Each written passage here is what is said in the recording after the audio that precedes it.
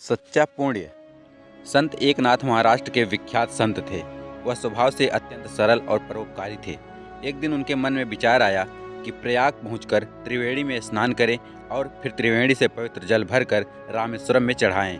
उन्होंने अन्य संतों के समक्ष अपनी यह इच्छा व्यक्त की। सभी ने हर्ष जताते हुए सामूहिक यात्रा का निर्णय लिया। एकनाथ सभी संतों के साथ प्रयाग पहुंचे। सभी ने त्रिवेणी में स्नान किया। उसके बाद अपनी अपनी कावड़ में त्रिवेणी का पवित्र जल भर लिया। पूजा पाठ से निवृत्त होकर सबने भोजन किया और फिर रामेश्वरम की यात्रा पर निकल पड़े। संतों का यह समूह यात्रा के मध्य में ही था कि मार्ग में एक गधा दिखाई दिया। वह प्यास से तड़प रहा था और चल भी नहीं पा रहा था। सभी संतों के मन में दया उपजी, लेकिन उनके कावड़ का जल तो रामेश्वरम के निमित्त था, इसलिए सबने अपने मन को कड़ा कर लिया। किंतु एकनाथ से रहा नहीं गया।